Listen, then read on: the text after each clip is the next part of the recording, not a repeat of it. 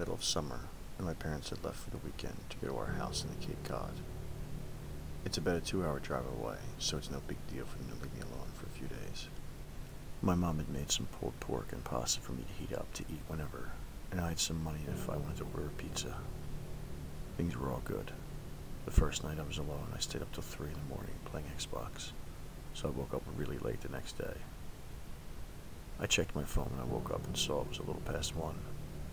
I had made plans to play some street hockey with my friends at 3, so I threw myself out of bed and stumbled into the shower. I take really long showers, so when my parents are gone I go mental. I was in there for about 45 minutes on my phone, scrolling through Reddit, Twitter, and whatnot, when I heard my front door open. The bathroom is directly up the stairs in the back door, and the thing is pretty loud when it opens and closes. I immediately froze, since obviously I was supposed to be alone. I waited for about 2 minutes, ears trained in, trying to hear anything else. Nothing. I figured it was just the wind, or maybe my parents were home early. So I turned off the shower, wrapped my towel around myself, and slowly walked down the stairs to check it out. The stairs to the kitchen are pretty tight and walled in, so it's really hard to see into the kitchen when I walk down. Even though my house is old as shit, and each step on the stairs makes a super loud creak, I still took my time and tried to be as quiet as possible. I probably took about 45 seconds walking down all 12 of the stairs, so when I get to the second to the last step, right before I could see around the corner into the kitchen, I take a little breath to compose myself. In my mind, I knew I was being stupid. There obviously wasn't anything in the kitchen. There's no way I wouldn't have heard another noise, and there's no reason for them to still be in the kitchen, even if there were burglars or something in the house. After sort of mentally chastising myself for being such a wuss, I sort of chuckled at myself for being so stupid, and just normally walked the last 2 stairs and turned the corner into the kitchen. Standing about 2 feet away from me in the middle of my kitchen is a man staring straight at me, perfectly still, with a massive smile across his face, just staring at me. The thing I remember most vividly wasn't his face or his smile, but his arms. They weren't just at his side. He held them in the strangest, most abnormal position I've ever seen. They were where one would normally hold their arms, but he had rotated them to the point where they were almost completely reversed, as well as lifting them up and a little behind himself. I don't know why I remember this so much, but it's just the most demonic, abnormal position I've ever seen. Honest to God, I think I almost had a heart attack right there. Looking back, I can realize how fucking creepy this situation was. But in the moment, I just took a step towards him and punched him as hard as I could in the jaw, sort of half slapping, pushing him towards the ground. The second I connected, I beelined up the stairs, dropping my towel in the kitchen with my heart beating out of control. I fucking sprinted into my room and locked the door behind me. I put a chair up against the doorknob like you see on TV. Almost without thinking, I immediately called 911. And kneeling in tears told the operator what happened. As I sat on the floor of my room, in practically the fetal position, staring at the door, praying that a cop would be here soon, I noticed the light coming from the gap between my door had stopped. The fucker was standing outside my door.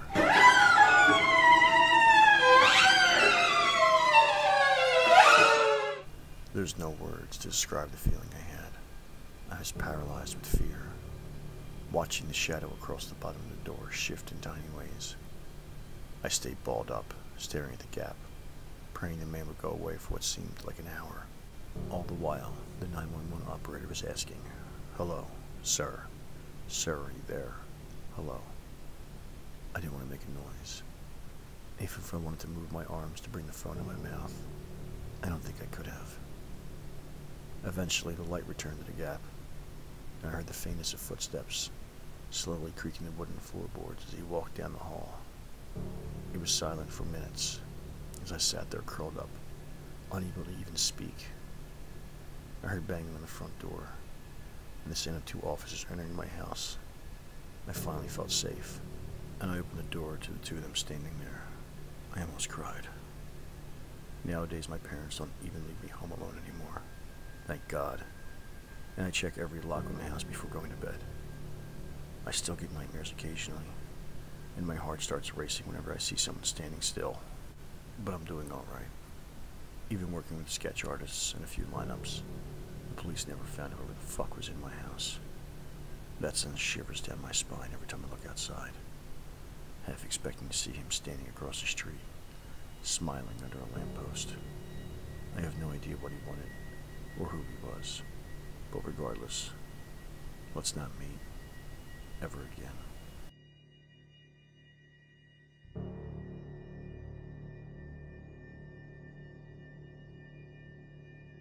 Sunday evening rolls around, and all I want is to relax a bit.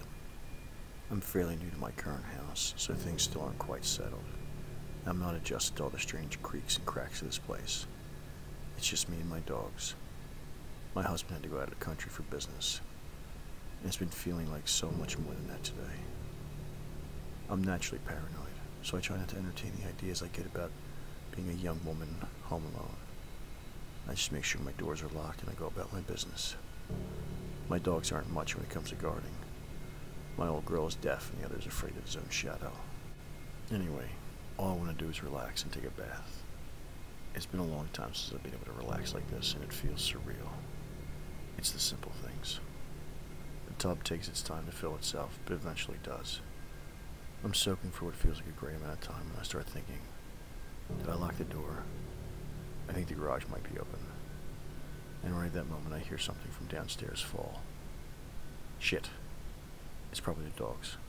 Calm down. I need to talk myself down so that the anxiety doesn't get the best of me. I figured it's probably time to get out and dry off. I've had my bath and I don't really want to feel vulnerable right now, so I put some clothes on. This is where shit got too real for me. I'm wrapped in a towel, going from the bathroom to my bedroom, and I hear what sounds like my dog's paws walking the hardwood floor downstairs. Awesome, right? Obviously nobody's down there. It must have been one of the dogs that knocked something over. Great. And I thought. Walking to my bedroom, I see dog number 1 snoozing away. And around the corner from my bed comes dog number 2. What the hell? Immediately, I closed and locked my bedroom door. I'm frozen. What would mimic the Santa puppy paws like that? A few seconds pass, I'm still frozen, and the Santa paws stops. Maybe I left my door wide open. A little raccoon or something came in. How did I manage to leave a whole door open? Now I hear scratching. I'm locked in my room and I don't know what to do. A few minutes pass and I haven't moved, nor have I heard anything else. I need to suck it up and figure out what's going on. I slowly open the door and make my way to the stairs. The sun went down. It's dark, and I'm too afraid to move towards a light switch, so I just stand there for another minute. Finally, I got the light on. I make my way downstairs, and this isn't the relaxation I had in mind. But nothing seems out of the ordinary. A broom fell over.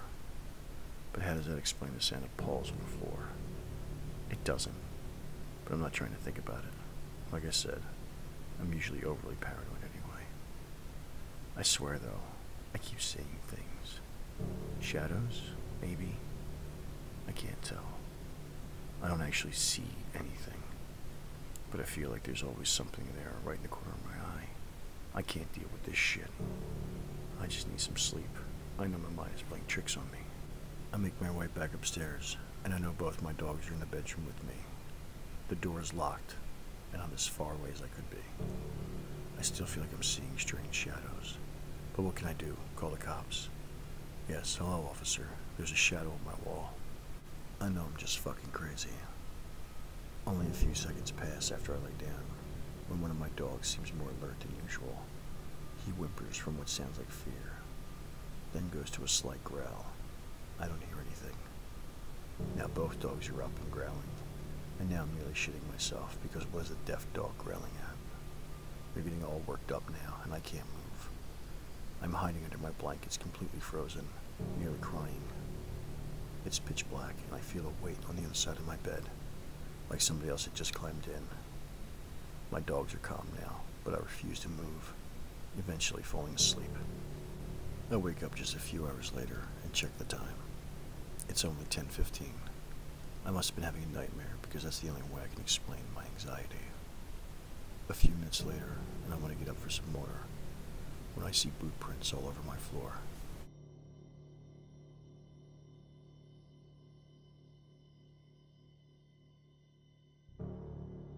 One of my childhood homes had a balcony that was attached to both my mother's bedroom and mine via big double glass doors in each of our rooms. Next to the balcony are two trees, one I often used to climb up and down from the balcony. This balcony faced out to the street. One night when I was about 13-year-old girl, and my brother and mother weren't home, I was reading in bed with a very dim reading light. I heard what sounded like something moving in one of the trees outside, but this didn't worry me, as possums and bats are common in our area. Now I had thin curtains on the glass doors that separated my room and the balcony. As mentioned previously, the doors faced out towards the street, where a street lamp light was always visible through my curtains. Shortly after hearing the tree rustling noises, I see a shadow slowly moving past the doors, at which point I immediately turn off my reading light and freeze like a deer in headlights. The shadow was so tall, so it wasn't one of the neighborhood kids that I'm friends with, and it wasn't my all of 5-foot mother. The person moved slowly, creeping as though they were trying to not be noticed. They wouldn't likely be able to see into my room, and I could see them thanks to the streetlights behind them creating a dark silhouette. They moved past my doors out of sight. I sat there, unable to move or even think about what to do, other than be absolutely still. That is, until I heard another sound. The sound of someone trying to open a glass door. My mom's doors to the balcony. I didn't know if she had locked them or not, but I wasn't taking chances.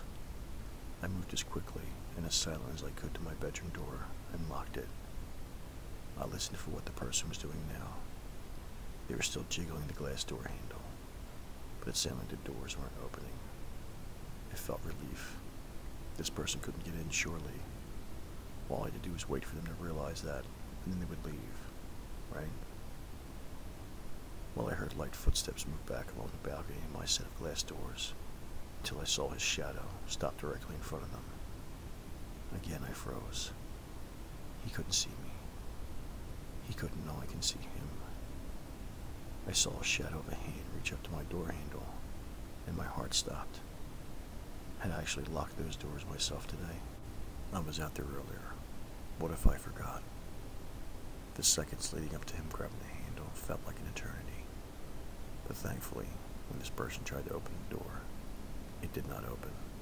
It was locked. I sighed, such a sigh of relief I was worried he had heard it. After this, he began pacing the length of the balcony. I didn't have a phone, as my mom thought me too young to have one yet, and the landline was on the other end of the house. But I was too scared to take my eyes off this person, even to call for help. I was silently crying, tears falling down my cheeks as I internally prayed they would just leave. Then I heard him stop moving. He said, "I could just break the glass, you know." Before I could even process this, I saw car headlights turn around the corner of my street and then stop at our property gate. My mom was home. The person on the balcony moved out of sight, and I heard a loud thump as they jumped off of it. When my mom came inside, I was hysterical and was barely coherent in telling her what happened. Eventually, I got the message across, and she called the police. They never found or caught anyone, but a neighbor reported a truck in the street that matched the description of a truck that had been reported recently for attempted child abductions near my school, a block away. Since I walked that short distance daily, the police suspected that he followed me, or seen that I lived there, and waited for me to be alone. So, creepy dude who scared the hell out of a 13-year-old girl. Let's never